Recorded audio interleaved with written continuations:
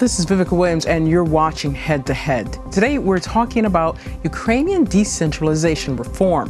Recently, Ukrainian President Petro Poroshenko proposed a draft law and amendments to the Constitution to make decentralization a requirement.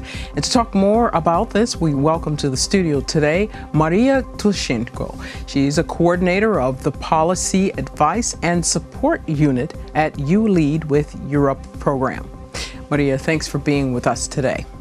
Thank you for invitation. So when it comes to decentralization, it's about moving away from the central government, which was definitely a mainstay of the Soviet Union. Everything was centralized. And Ukraine's been really working on the decentralization reform in the past 4 years. So could you give us a brief update on what are some of the changes that have come about that you're seeing are the most promising?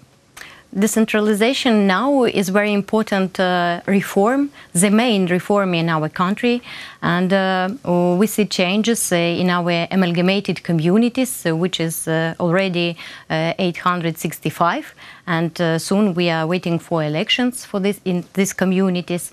And what is important that our program create administrative services centers, and this is like heart of the community.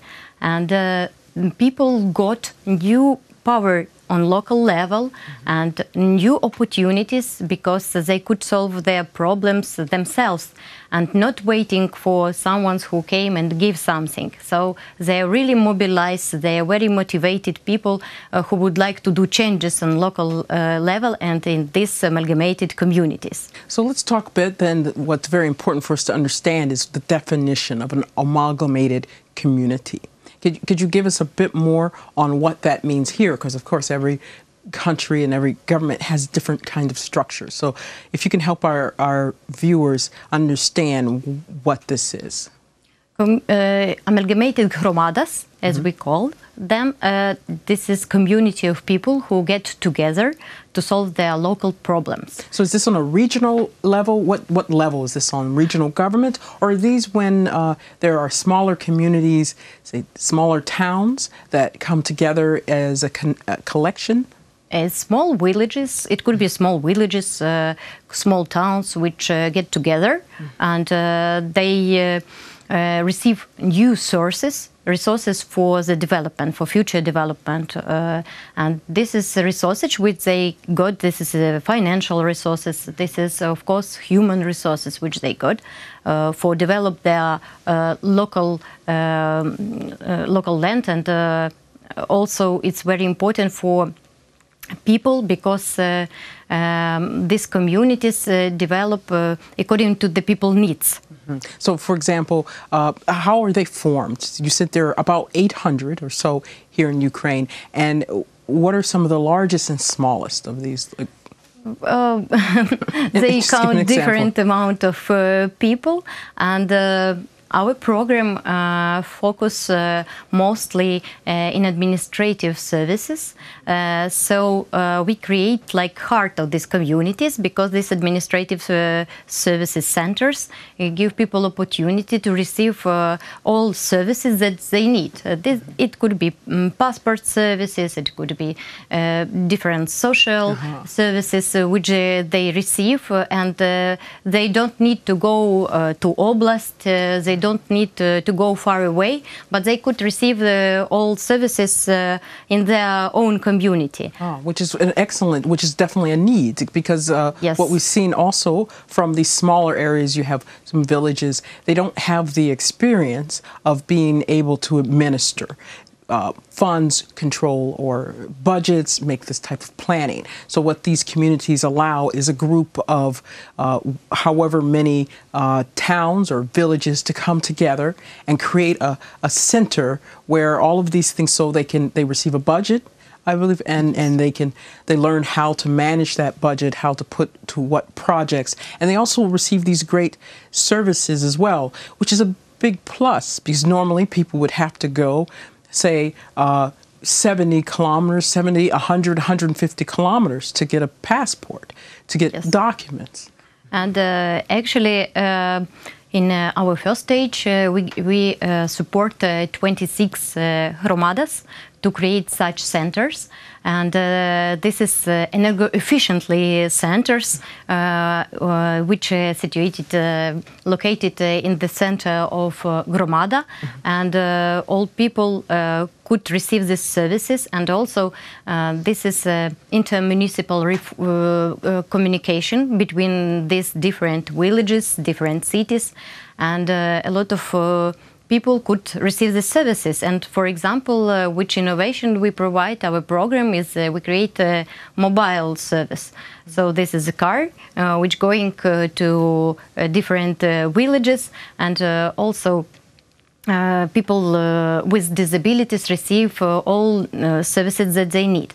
So the main values of our program is also gender equality, it's sustainability and transparency. But of course we pay attention to all people, and we pay attention to the people with disabilities. So our program solve a lot of problems of these people, because they could receive services where they live. Right, and we already see that even in a large city like Kyiv, getting around, if you have any type of mobility issues, is very difficult. So I couldn't even imagine how it is to live in a village where you're going to have less services and yes, less ability to move around.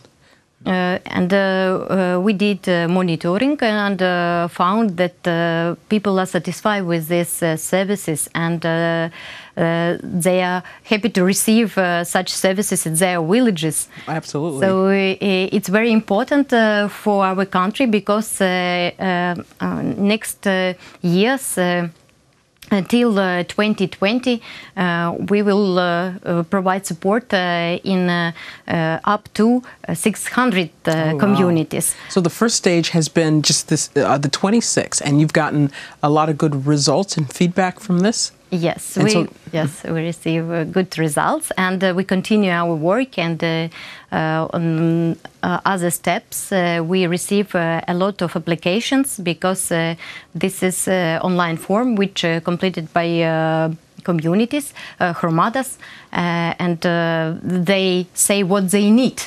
And if they need a new building, we created new building. If they need repairment and provide services in building which they already had, we do this. Oh, great. So the plan is in the next 2 years to reach at least 600 of these.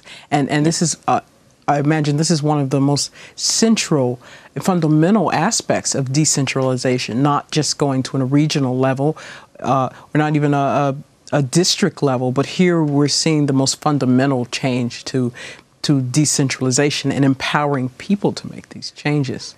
Yes, and also we saw these changes in our amalgamated gromadas, because they join rayons, and they created centers which where you could receive services of all oblasts. Like you cover a huge amount of villages, of amount of people of this for these services. Wow! And so we know the next steps are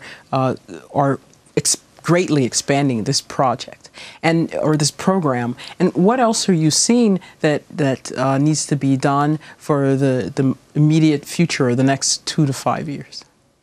Of course, what we need understanding of people that this reform is going, and we should finish it, and all communities must be amalgamated. So now it's already 25% of communities amalgamated. So we need these people to understand that it's important to be amalgamated. The benefits that you receive, to be this connection to the entire country through this. Yes, and our program support also institutionally, because we teach this in these centers. We teach people how to be tolerant, how to be polite with inhabitants while you're providing these services. Oh, wonderful. So we have not only physical support, but building and creation or repayment, but we also provide institutional support to these communities, to these hromadas. Thank you so much for being with us today, Mariia. Such fascinating information, and to see this development in the country. Thank you very much. And that was Mariia TYschenko, coordinator of the Policy Advice and Support Unit at U Lead with Europe program. Thank you for watching, and stay tuned with UATV for more great programming.